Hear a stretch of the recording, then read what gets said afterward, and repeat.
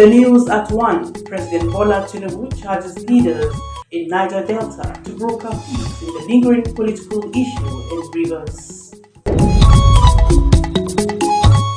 FCT minister supervises demolition at Kishiri community.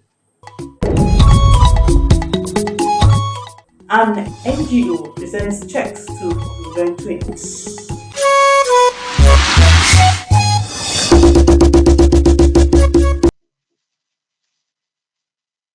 Hello there, good evening, good afternoon, and thank you for joining us on the news desk of NTA Channel 5 Abuja.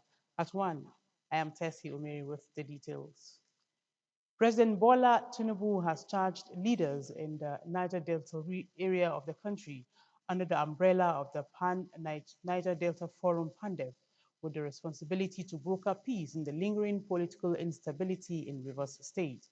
President Tinubu gave this task in the interest of peace and people of the state when he met with leaders of the socio-political group in the State House. State House correspondent Musbao Danwahab has more. The roll call of the leaders from the Niger Delta area who thronged the State House summarily suggested the import of their mission. Traditional rulers, present and past political leaders were in the train. This is a delegation in search of peace. One of their states, Rivers, has been in political troubled waters for more than a year. And for that long, two political elephants in the state have been at loggerheads, and these leaders are calling for help to save the citizens who are seemingly at the receiving end. This protracted conflict is a matter of grave concern as Rivers State is a strategic economic hub, particularly in the oil and gas sector, which we all know is the backbone of our national revenue. Any instability there has far-reaching implications, not just for the South-South, but for the entire country. Yes, Niger Delta is the goose that lays the golden egg. But don't kill the goose. Otherwise, it means the golden egg permanently. Inasmuch as the president agreed with the peace mission of the group, it took them on a memory lane of his intervention from the outset of the crisis. We reached an agreement, written agreement. Both parties signed. Some leaders thought the governor of Rivers State was wrong to have signed, but they didn't implement. Where do we find ourselves today? But then, with the matters running their course up to the Supreme Court, President Tinubu says the rule of law must prevail. I have total confidence in our judiciary. But when the Supreme Court is spoken, that's it. Please go back home and help him implement those recommendations within the shortest possible time. Well, go back home and take charge of peace. And if you need me, let me know. People of Rivers State must not suffer for the democracy that we all put together. They will not. They must be protected. The leaders have other important requests, including investments in security and infrastructure developments in their area, which the president promises to look into.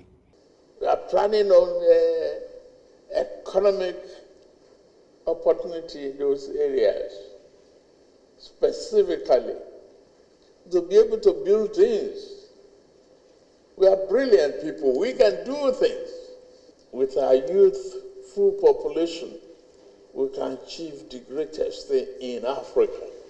Meanwhile, the auxiliary bishop of Calabar, Bishop Christopher Nasseri, led a special prayer for the president and the prosperity of the nation. There was a minute silence for a late founding father of the PANDEF who passed on recently, late Chief Edwin Clark. May his soul rest in perfect peace. From the State House, Musbao Danwahab, NC News. Minister of the Federal Capital Territory, Nyesom Wike, personally supervised the demolition of houses at Gishiri Community, Abuja, allegedly due to the community's reluctance to make way for the ongoing road construction. Onoze Yakubu reports that the combined security team were on ground to monitor the exercise and avert any breakdown of law and order.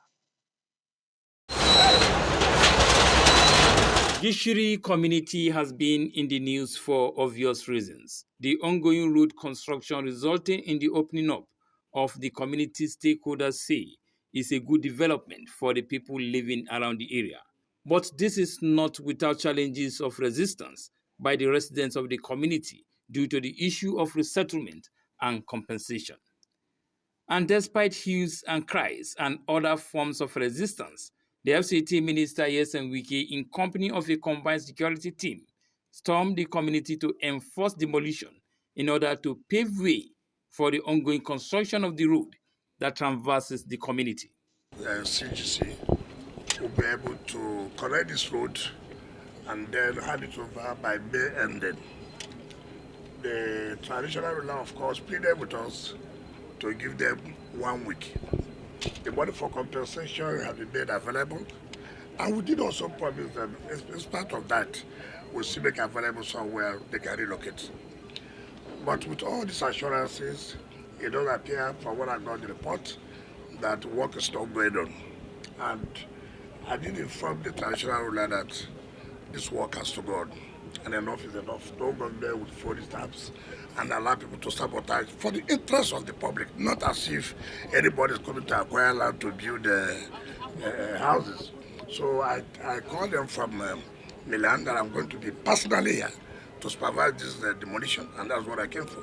Let them know that it's no longer going to be business as usual. In a bid to reclaim the parcel of land for the project, the officials of the Development Control Department and their ravaging bulldozers are still pulling down structures, obstructing the ongoing construction of a road network city developers describe as key to the nation's capital development.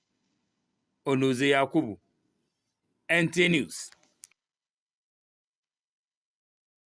A non-governmental organization, Global Initiative for Peace, Love and Care, has presented checks worth millions of naira to conjoined twins and 11 other children in need of medical assistance. Asebe Williams attended the presentation ceremony and has this report. Conjoined twins Hassana and Husseina were born with a rare medical condition requiring urgent surgical separation. However, their parents faced insurmountable financial barriers, making the procedure seem impossible. That's when the Global Initiative for Peace, Love and Care intervened, demonstrating extraordinary kindness by funding the twins' surgery. A year and a half ago, 2 years ago, we had a set of conjoined twins that have been at the Global Hospital for about a year and a half. And luckily for us, the foundation owned by the King Salman of Saudi Arabia sent an air ambulance to pick them up. So we were hoping that Hassan and Husseina would be lucky to get that kind of support from the Saudi government, but they couldn't. So we had to swing into action to see how we can support Hassan and Husseina. The platform was created for us to reach out to kids, children who need help.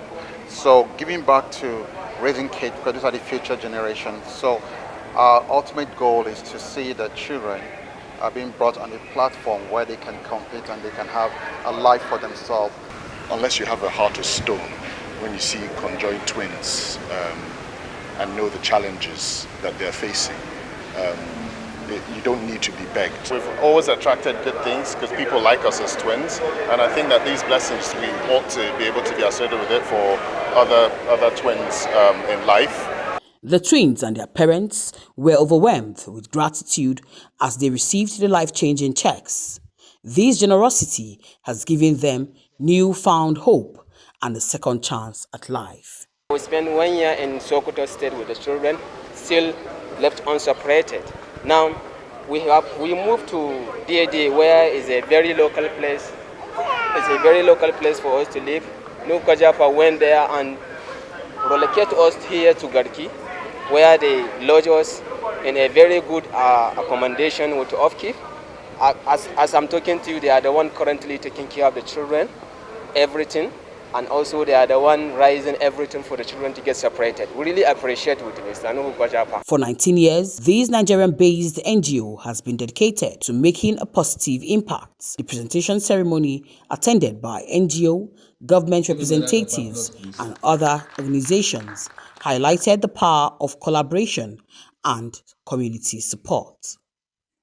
In Abuja, Asebe Williams, NTA News. Now, to celebrate their achievements, amplify their voices, and reaffirm commitment to building a better tomorrow, Association of Women Town Planners of Nigeria FCT chapter joins women around the world to commemorate the International Women's Day. Mariam George Jitabo has details. International Women's Day calls on individuals, organizations, and communities worldwide to take swift and decisive action to address gender inequality in both personal and professional spheres. The Association of Women Town Planners of Nigeria, FCT chapter, is joining women globally to recognize their strength, resilience, and invaluable contributions to society. Chairman of the association, Town Planner Jamila Shehu Bello, says this year's theme, Accelerate Action, challenges women to continue breaking barriers, inspiring change, and shaping the future of their profession and communities. Women should come together to make this systematic change. It's not about equality, it's basically about equity. Let's get a level playing ground.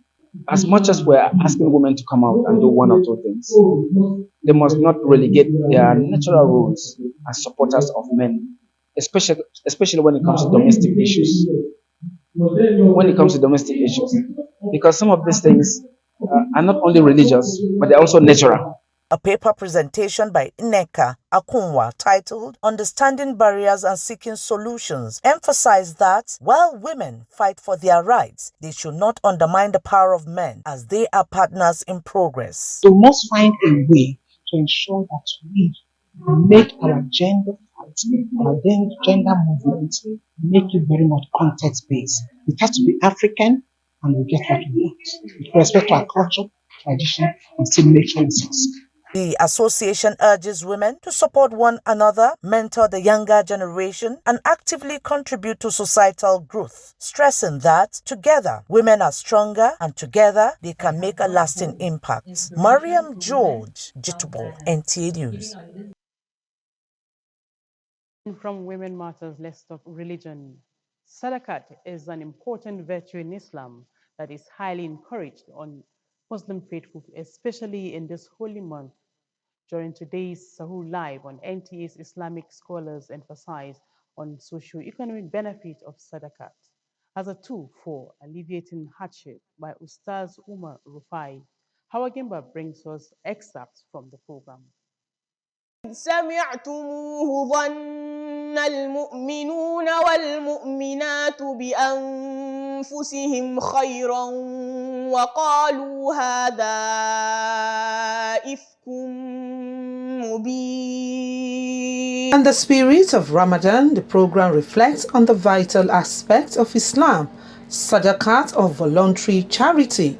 These selfless acts demonstrate compassion, empathy and kindness towards those in need.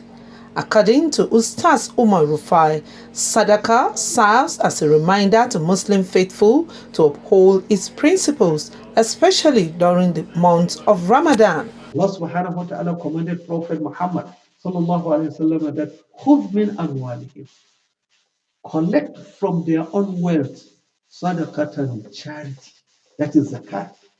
The emphasis of Sadaqah aims to inspire Muslims to cultivate generosity and kindness towards others.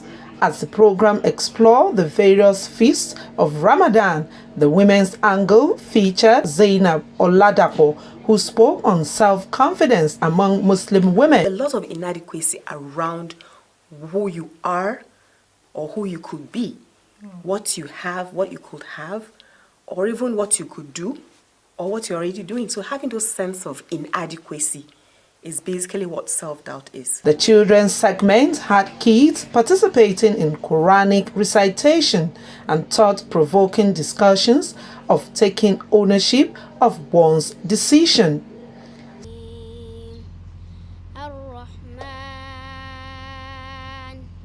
أنا جندي بنفسي أفتدي وطني أنا طبيبة أزيل الهم والألم عن المريض بإشفاق أنا مهندس أصون مواطن العمل. Sahur Live is a program that airs daily from 4 a.m. to 6:30 a.m. throughout the Ramadan, designed to nurture the spiritual growth of Muslim faithful.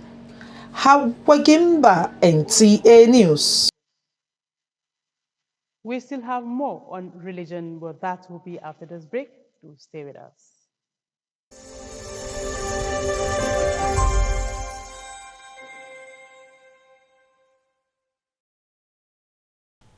I am Oluremi Tinubu, the global and national Stop TB champion. Many people have asked why I've chosen to champion the fight against a disease like tuberculosis. My reason stems from a deep personal experience. I once had a friend who unfortunately fell ill and concealed the nature of his sickness until it was too late. Eventually, after he passed, we discovered he had tuberculosis. Sadly, due to the stigma and discrimination surrounding the disease, he would not speak up or seek for help. His death was a painful reminder that we could have intervened and saved a life if only we had known earlier. Tuberculosis is an airborne disease that primarily affects the lungs, but can also impact other parts of the body. Being airborne means anyone, regardless of their social economic status, can contract it. In Nigeria, one person dies of TB-related illness every 7 minutes, amounting to 206 deaths every day. Globally, one person succumbs to TB every 25 seconds, which is a staggering 3,456 lives lost daily. These deaths are entirely preventable because TB is curable if detected and treated early. If you or someone you know has been coughing for 2 weeks or more, coughing up blood, experiencing night sweats, or losing weight drastically, it might be TB. Please visit the nearest government hospital or primary health care center for proper diagnosis and treatment. TB treatment is free in all government and some private health facilities. Let us also remember not to stigmatize or discriminate against TB patients or those who have been treated for TB. Individuals who have been cured of TB cannot infect others. I call on all stakeholders, especially the private sector, to join us in the fight to end TB in Nigeria. Together, we can make a difference. Remember, TB anywhere is TB everywhere. End TB by 2030. Yes, we can.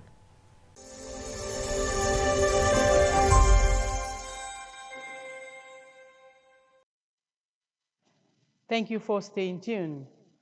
Evangelist Israel Oluwafemi Aderemi of the Nigeria Arise and Shine Prayer Time emphasized that the responsibility of nation building does not rest solely on the shoulders of leaders, but also on well-meaning citizens and men of God through prayer intercessions. The evangelist made the statement during a press conference that marked the commencement of an intercession prayer for Nigeria and her leaders. Abdullahi Ajia tells us more. The potency of prayer in the hearts of believing men and women to overcome challenges and seek prosperity forms the premise upon which Evangelist Israel Oluwafemi Aderemi is leading a national online intercession prayer. The prayer is for the country, the president, and the three arms of government to succeed in delivering good governance, social security, and improved economic well-being. To fulfill the mandate of 1 Timothy chapter 2, verse 1 to 3. The scripture says, I exhort, therefore, that first of all, supplications, prayers, intercession, and giving of thanks be made for all men, for kings, and for all that are in authority, that we may lead a quiet and peaceable life in all godliness and honesty. For this is good and acceptable in the sight of God our Savior.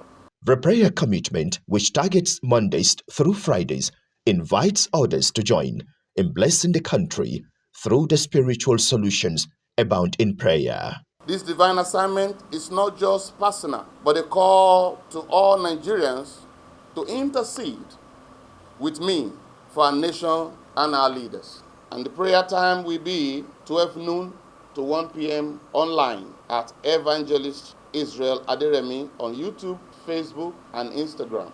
This is not just a duty, but a necessity, as the peace and progress of Nigeria depend on God's intervention. For those in authority, we invite God's wisdom, justice, righteousness into governance, ensuring that our nation thrives in peace and prosperity. Prayer for leaders, the evangelist says, invites divine guidance and God's mercy. In Abuja, Abdullah Hajia, NTA News. Many thanks, Ajia. Now away from religion. Let's focus on Galadimawa, a resilient community in the FCT that has recently experienced series of attacks and heinous crimes perpetrated by motorcycle operators. United in their resolve, the community has taken bold steps towards self-empowerment by collectively addressing these challenges. This courageous initiative has significantly strengthened the ongoing efforts of the FCT task force to enforce the ban on commercial motorcycles. The report by Rahmatu Abdullahi is here. Galadimawa community, a suburb of the FCT, has faced security threats due to the activities of motorcycle operators in recent times. They shot one of our tribal. He's dead in the police station here before. Nothing happened, and that's why he wasted. Recently, there's one pharmacist we call White Pharmacy, Garment. Another gunshot there. He injured some people. And also in the night, they are robbing people. You may walk in on the roadside, holding your bike. Before you know, the next thing you hear, they will just pass you. When they pass, they will hijack you and collect what you have in your hand. The community's determination to no longer tolerate these operators led to the arrest of several motorcycles that violated their resolutions. That is why we now team up ourselves. All the youth come out and we'll be able to catch Okada men, almost 13 in number, who we handle over to a security agent, and which they came here on Wednesday last week. They packed the machine to their office. It's a community apprehended and handed over to us. That's Galadima. Some other people have already done that before. And if you go to those areas, you will see motorcycle operating inside that city. Because of what I said, security problem. Sanity has been restored as many residents now prefer to use tricycles, which they believe are safer and pose a lower threat. For the commercial motorcycle riders, popularly known as Okada riders, in this axis, Area 1, they say whenever the task force are around, they disappear. And when they are gone, they are back to business. Because sometimes we are falling down, we get wound. Sometimes we are our leg did the break. Passengers did get injury plenty.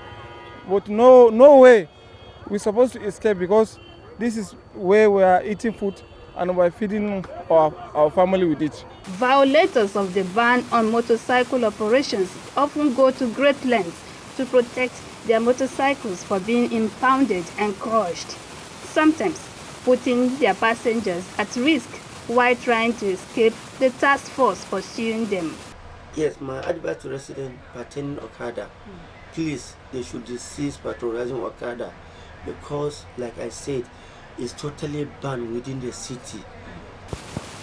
Just like the Galadimawa community, if more individuals choose not to patronize motorcycle operators, it would significantly help in removing them from Abuja thereby reducing their negative impact. Ramatu Abdullahi, NTA News. And it is on that enlightenment by Ramat Abdullahi we conclude the news at 1. Thank you for watching. We have more reports at 7. Good afternoon.